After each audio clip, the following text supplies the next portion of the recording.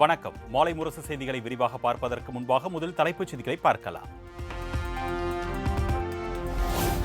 GST வரி குறைப்பு எதிரொலியாக பால் பொருட்களின் விலையை குறைத்து ஆவின் நிர்வாகம் அறிவிப்பு.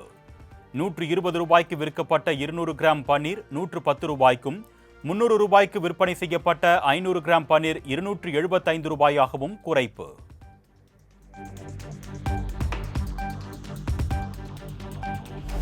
தேசிய மற்றும் மாநில அளவில் சிறந்து விளங்கிய விளையாட்டு வீரர்களுக்கு 3% இடஒதுக்கீட்டின் கீழ் அரசு பணி.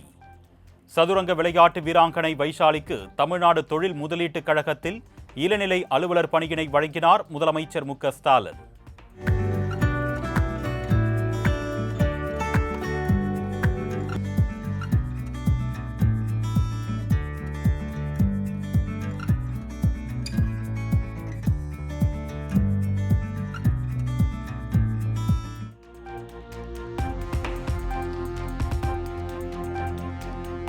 ஆயிரத்து 156 கிராம சுகாதார செவிலியர்கள் மற்றும் 75 துணை செவிலியர்கள் நேரடி நியமனம். பணி நியமன ஆணைகளை வழங்கினார் முதலமைச்சர் மு.க. ஸ்டாலின். நியமன ஆணை பெற்றுள்ள செவிலியர்கள் அத்தனை பேருக்கும் என்னுடைய அன்பான வாழ்த்துக்கள் வாழ்த்துக்கள் வாழ்த்துக்கள்.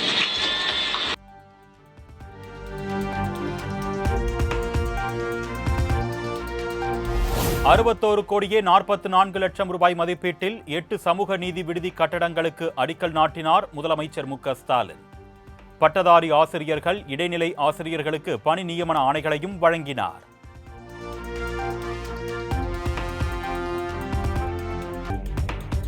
கிராம உதவியாளர் பணியிடத்திற்கான அதிகபட்ச வயது வரம்பு தொடர்பாக தமிழக அரசு புதிய உத்தரவு. ஆதரவற்ற கைம்பெண்களுக்கு வயது வரம்பு 42 உயர்வு.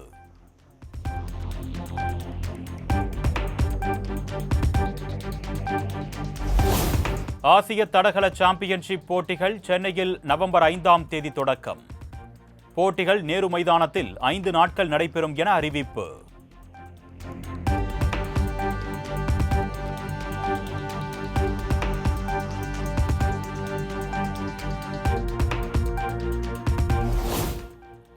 நாடு முழுவதும் அமலுக்கு வந்தது ஜிஎஸ்டி வரி குறைப்பு. மின்சாதன பொருட்கள், உணவுப் பொருட்கள் உள்ளிட்டவைகளின் விலை குறைவதால் மக்கள் மகிழ்ச்சி.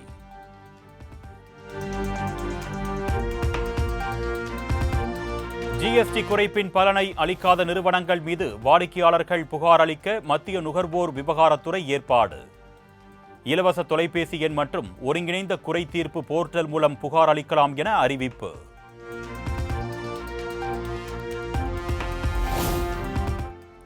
ஜிஎஸ்டி சீர்திருத்தத்திற்கு பிரதமர் மோடி தனிப்பட்ட முறையில் உரிமை கோருவது நியாயமாகாது என்று காங்கிரஸ் பொதுச் செயலாளர் ஜெய்ராம் ரமேஷ் குற்றச்சாட்டு.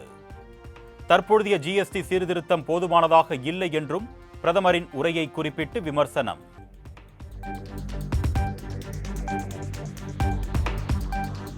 சென்னையில் ஆபரண தங்கத்தின் விலை சவரனுக்கு 560 ரூபாய் உயர்ந்து 82,880 ரூபாய்க்கு விற்பனை. கிராமுக்கு 70 ரூபாய் உயர்ந்து 10,360 ரூபாய்க்கு விற்பனையாகிறது.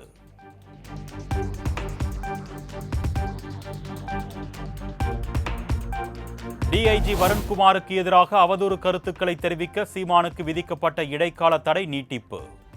சீமான் தரப்பில் பதில் மனு தாக்கல் செய்யாததால் தடையை நீட்டித்து சென்னை உயர்நீதிமன்றம் உத்தரவு.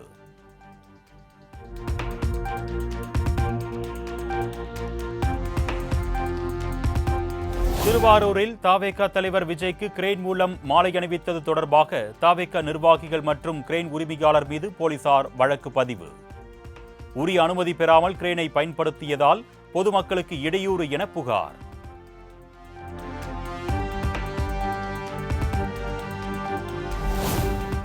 நடிகர் மாதம்பட்டி ரங்கராஜுக்கு எதிரான புகார் தொடர்பாக ஜாய் கிறிசல்டாவிடம் போலீசார் நேரில் விசாரணை.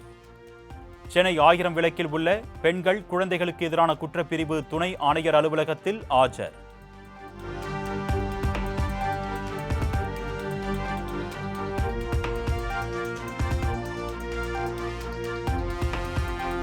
இரிடியம் மோசடி வழக்கில் தொடர்புடைய முக்கிய நபரான சுவாமிநாதன் என்பவரை மதுரை சிபிசிஐடி போலீசாரால் கைது.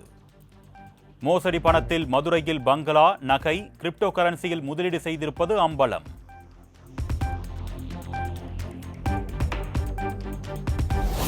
பாலியல் வழக்கில் சதுர்வேதி சாமியார் மீது சென்னை மத்திய குற்றப்பிரிவு போலீஸ் வழக்கு பதிவு. தொழிலதிபர் மனைவி மகளை கடத்தி பாலியல் தொல்லை அளித்ததாக எழுந்த புகாரில் பல முறை சம்மன் அனுப்பியும் ஆஜராகாததால் நடவடிக்கை.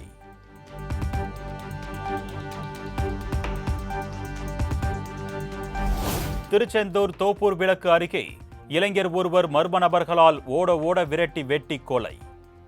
சம்பவம் குறித்து காவல்துறையினர் வழக்கு பதிவு செய்து விசாரணை.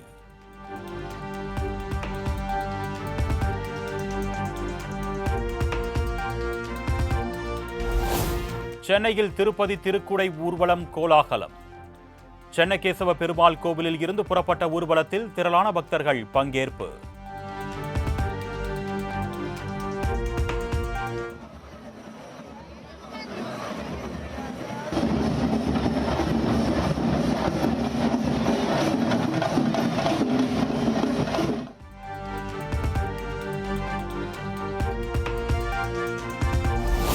திருச்சி மாவட்டம் துறையூர் அருகே ஊராட்சி ஒன்றிய துவக்க பள்ளியில் கான்கிரீட் மேற்கூரை பூச்சி பெயர்ந்து விழுந்து விபத்து.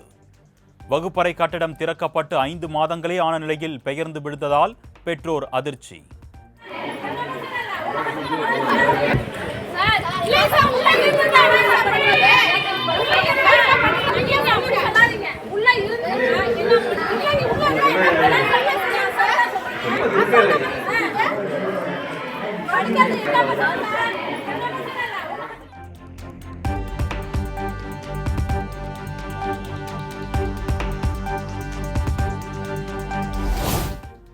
கனமழையால் திருப்பத்தூர் மாவட்டம் குறிசிலாப்பட்டியில் வெள்ளத்தில் மூழ்கிய தரைப்பாலம். தேர்வுக்கு செல்ல முடியாமல் மாணவர்கள் தவிப்பு.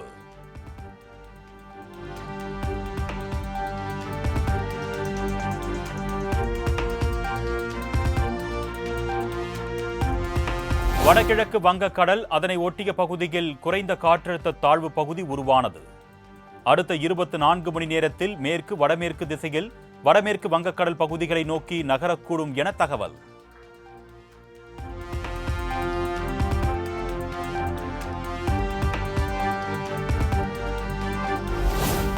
ஈரோடு மாவட்டத்தில் கொட்டி தீர்த்த கனமழையால் பல்வேறு இடங்களில் வெள்ளப்பெருக்கு. ரயில் நிலையத்திற்குள் மழைநீர் புகுந்ததால் சிரமத்திற்குள்ளான பயணிகள்.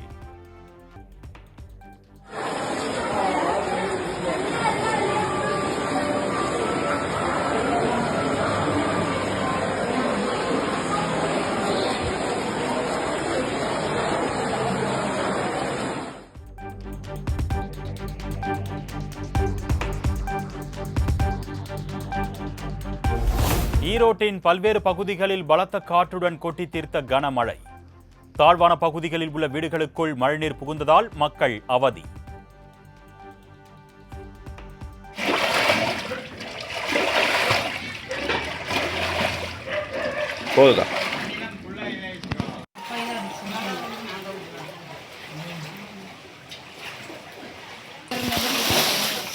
ஃபோன் பண்ணி விடுங்க, எல்லாத்துக்கும் ஃபோன் பண்ணி விடுவாங்க, சொன்னாவெல்லாம் கேட்க மாட்டாங்க.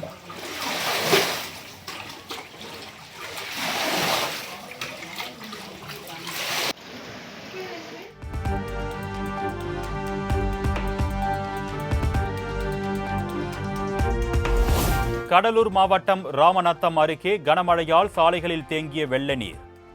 பல்வேறு வீடுகளுக்குள்ளும் மழைநீர் புகுந்ததால் குடியிருப்பு வாசிகள் கடும் அவதி.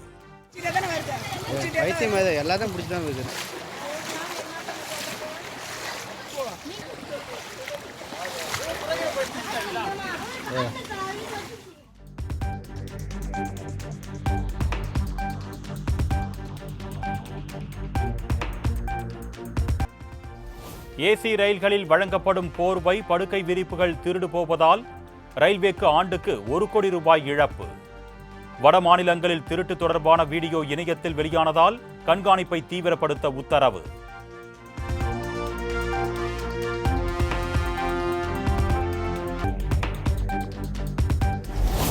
ஆந்திராவில் ஜெகன்மோகன் ஆட்சியில் திருப்பதி கோயில் உண்டியல் பணம் 100 கோடி கொள்ளையடிக்கப்பட்டதாக தெலுங்கு தேசம் கட்சி குற்றச்சாட்டு. தெலுங்கு தேசம் கட்சி பொதுச் செயலாளர் நாரா லோகேஷ் வெளியிட்ட சிசிடிவி காட்சிகளால் பரபரப்பு.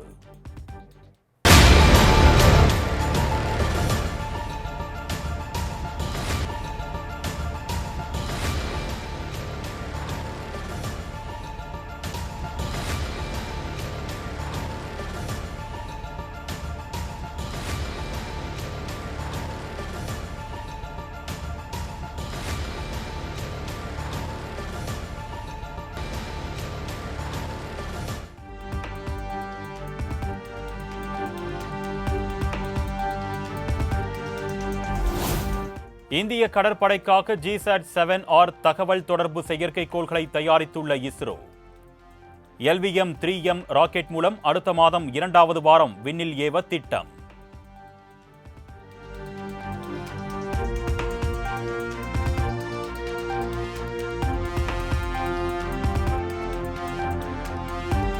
ஸ்கூபா டைவிங்கில் உயிரிழந்த அசாம் பாடகர் சுபேன் கார்கின். ரசிகர்கள் கதறி எழுதபடி சாறை சாறையாக சென்று அஞ்சலி.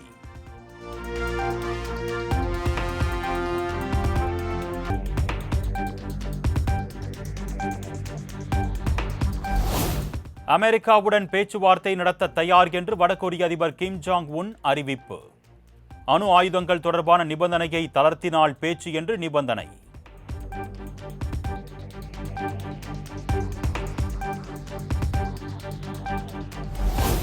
நீண்ட நாட்களுக்கு பின் சந்தித்துக் கொண்ட அமெரிக்க அதிபர் டொனால்ட் ட்ரம்ப் மற்றும் தொழிலதிபர் எலான் மஸ்க். சமீபத்தில் சுட்டுக் கொல்லப்பட்ட ட்ரம்ப் ஆதரவாளர் சார்லி கிரிக்கிற்கு அஞ்சலி செலுத்தும் நிகழ்வில் இருவரும் சந்தித்து உரையாடல்.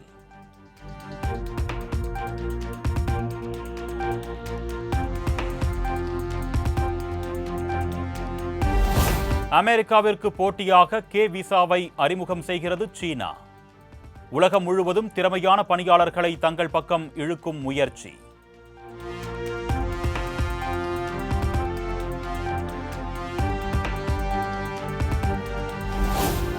ஆசிய கோப்பை தொடரில் பாகிஸ்தானை மீண்டும் வீழ்த்தியது இந்திய அணி. சூப்பர் 4 சுற்று ஆட்டத்தில் பாகிஸ்தானை 6 விக்கெட்டுகள் வித்தியாசத்தில் வீழ்த்தி அசத்தல்.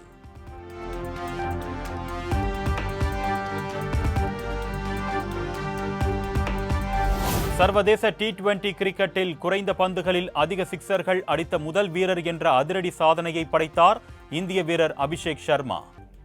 331 பந்துகளில் 50 சிக்சர்களை பறக்கவிட்டு அசத்தல்.